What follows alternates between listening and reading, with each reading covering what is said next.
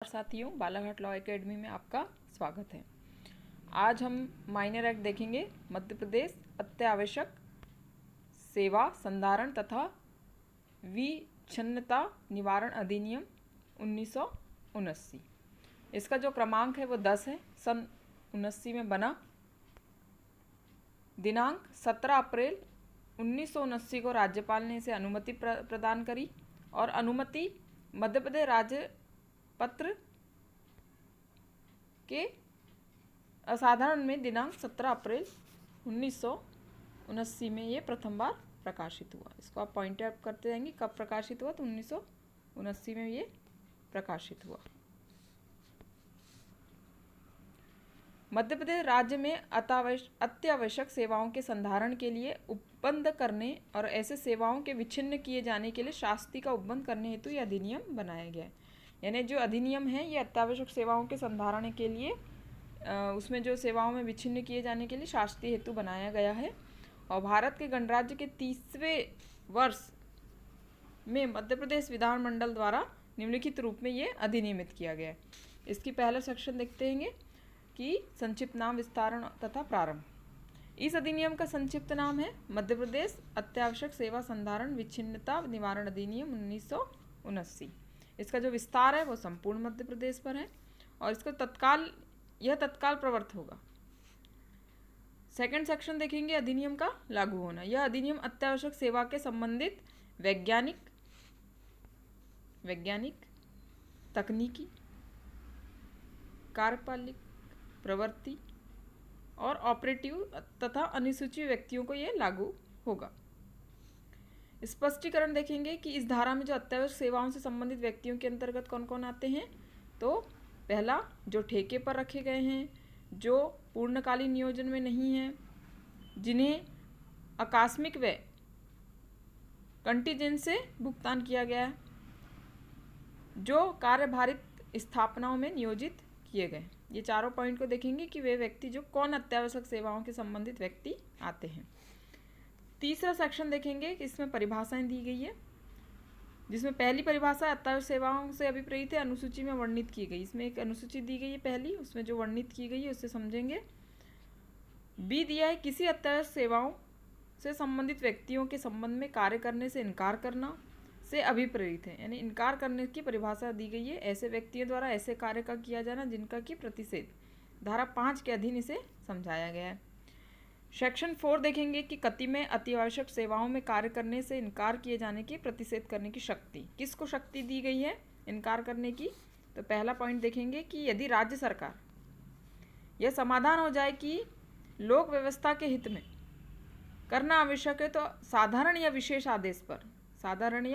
आदेश पर यदि राज्य सरकार समझती से लोक व्यवस्था के हित के लिए, तो ऐसे अत्यावश्यक सेवाओं को ऐसी तारीख से जैसा कि आदेश के विनिर्दिष्ट किया जाए किए जाने करने इनकार किए जाने के प्रतिषेध कर सकेगी। सेकंड देखेंगे कि उपधारा 1 के दिन किया गया आदेश केवल 3 माह तक प्रवर्त रहेगा। केवल ये जो आदेश राज्य सरकार ने निकाली वो केवल और केवल 3 माह तक प्रवर्त रहेगा, किंतु राज्य सरकार वैसे आदेश को समय समय पर की कालावधि के लिए भी इसको चेंज कर सकती है। बाद में 3 माह से अधिक नहीं किया जाएगा, इसको पॉइंट करेंगे। 3 माह से नहीं बढ़ा सकेंगे यदि इसका समाधान हो जाता है तो लोकहित के आवश्यक समीचीन है तो। थर्ड देखेंगे उपधारा 1 के अधीन किया गया कोई आदेश ऐसी रीति से प्रकाशित किया जाएगा जो राज्य सरकार संबंधित के ध्यान में लाने के लिए उचित समझे। राज्य सरकार ही इससे इनकार कर सकती है और राज्य सरकार के आदेश के अनुसार ही अत्यावश्यक सेवाओं को लोकहित में किया जाएगा। 5वां सेक्शन देखेंगे कि अत्यावश्यक सेवाओं में कतिपय क्रियाकलापों को प्रतिषेध।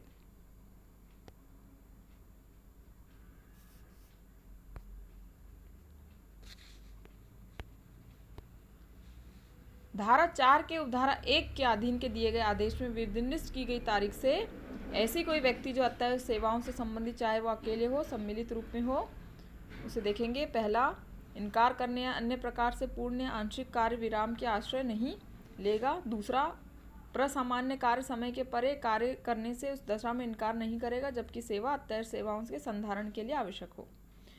तीसरा देखेंगे कि संस्थापना जो इंस्टॉलेशन मशीन का संयंत्र यान भवन कार्यालय अभिलेख या किसी अन्य संपत्ति का अवसन नहीं करेगा, उसे नुकसान नहीं पहुंचाएगा, या किसी अन्य संपत्ति को नुकसान नहीं पहुंचाने के साथ साथ उसे विनष्ट भी नहीं करेगा और ऐसे कार्य करने के लिए प्रयत्न नहीं करेगा, उसका दुष्प्रेरण भी नहीं करेगा।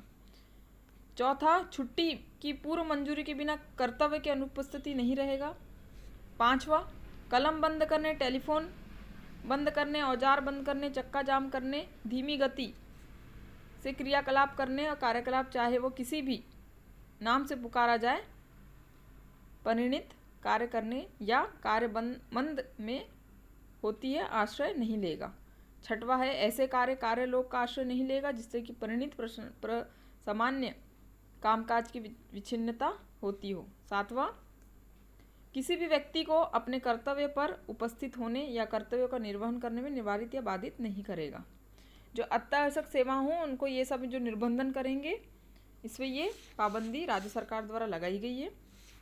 छठवां सेक्शन देखेंगे कि वादों या कार्रवाइयों का जिला न्यायाधीश के न्यायालय द्वारा संज्ञान लिया जाना, यानी इससे संबंधित जो भी वाद कार्रवाई होंगे उसको जिला न्यायाधीश जो होंगे वो न्यायालय द्वारा संज्ञान में लिया जाएगा। पहला, धारा 4 की उपधारा 1 के अधीन किए गए किसी आदेश की विधि मान्यता को प्रश्नगत करने वाले किसी वाद या कार्रवाई के ग्रहण करने की अधिकारिता केवल और केवल जिला न्यायाधीश न्यायालय द्वारा ही होगी।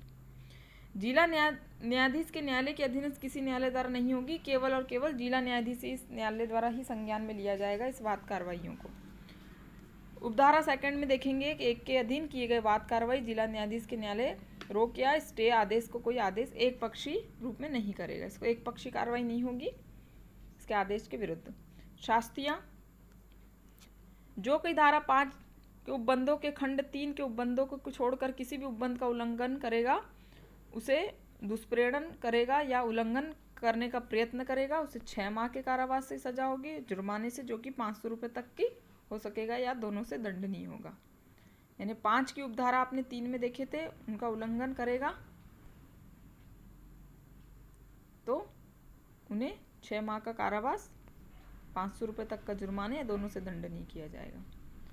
सेकंड उपधारा, जो कोई 5 धारा खंड के 3 उपबंधों में से किसी भी उपबंध का उल्लंघन करेगा या उल्लंघन या दुष्प्रेरण करेगा, उसे किसी भी ऐसी शास्ति से प्रतिकूल प्रभाव डाले बिना जो तत्समय प्रवर्त किसी अन्य अधिनियमित के अधीन अधिरोपित किए जाने वाले कारावास जिसकी अवधि 3 वर्ष तक की हो सकेगी और 5,000 रुपये तक के जुर्माने से दंडनीय होगा। सेक्शन 8 देखेंगे कि विच्छिन्न करने हेतु उद्दीपित करने, उत्प्रेरित करने, कोई वित्तीय सहायता या समर्थन करने के लिए करेगा, उसे एक या ऐसे व्यक्ति को अत्यावश्यक सेवा के संबंध में कर रहा है जो धारा 5 के अधीन प्रतिसिद्ध किए गए क्रियाकलाप का आश्रय लेने के लिए उकसाएगा, उसे उद्दीपित करेगा। वो सेकंड में धारा 5 के अधीन प्रतिसिद्ध किए गए किसी क्रियाकलाप को अग्रसर करने के लिए उसके समर्थन में धन व्यय करेगा, उसे अत्यावश्यक सेवाओं के संबंध में सेवा कर रहे किसी व्यक्ति के व्यक्ति निकाय के कोई धन सामग्री प्रदान करेगा, उसके बारे में समझा जाएगा कि उसने इस धारा के बंदों का उल्लंघन किया है और तद अनुसार इस बात के दायित्वाधीन होगा कि उसके विरुद्ध कार्रवाई की जाकर उसे दंडनीय किया जाए।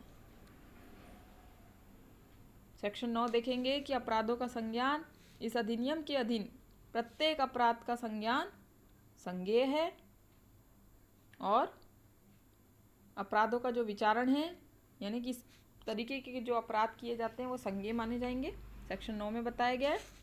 सेक्शन 10 में बताया गया अपराधों का विचारण, इस अधिनियम में प्रत्येक अपराध का विचारण फर्स्ट क्लास मजिस्ट्रेट द्वारा किया जाएगा।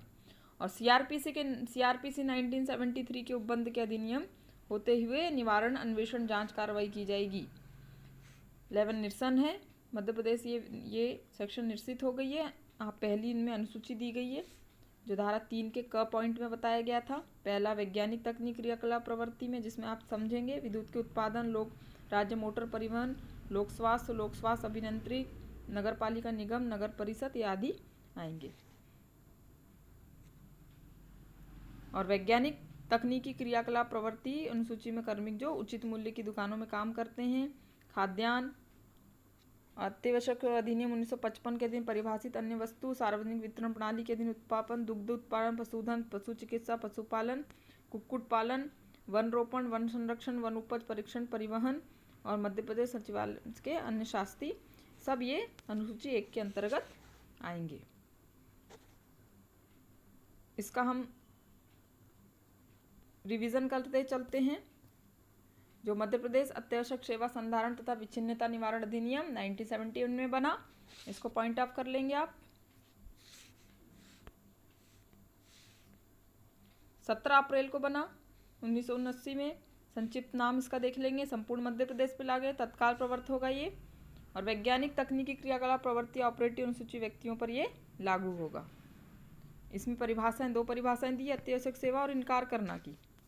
चौथे सेक्शन में दिया गया इसे इनकार किए जाने को प्रतिषेध करने कौन कर सकता है? राज्य सरकार कर सकती है। 5वें में दिया गया है अत्यावश्यक सेवाओं को कतिपय क्रियापरों को प्रतिषेध कौन करेगा? अकेले चाहे सम्मिलित रूप से भी किया जा सकता है। 6वें सेक्शन में देखेंगे कि वादों कार्रवाइयों को कौन देखेगा? तो जिला न्यायालय द्वारा संज्ञान में लिया जाएगा। शास्त्री 6 माह और 500 रुपये होगी। और यदि धारा 5 में के खंड 3 का उल्लंघन करेगा तो उसे 3 वर्ष और 5,000 रुपये का जुर्माना लगेगा। 9 इसका संज्ञान जो है संज्ञेय होगा, संज्ञेय अपराध माना जाएगा और इसका विचारण फर्स्ट क्लास मजिस्ट्रेट द्वारा किया जाएगा। और सारी जो प्रोसीजर है वो सीआरपीसी के प्रावधानों के अंतर्गत की जाएगी। तो ये बहुत इंपॉर्टेंट माइनर एक्ट है, इसको आप समझते चलें। Thank you so much.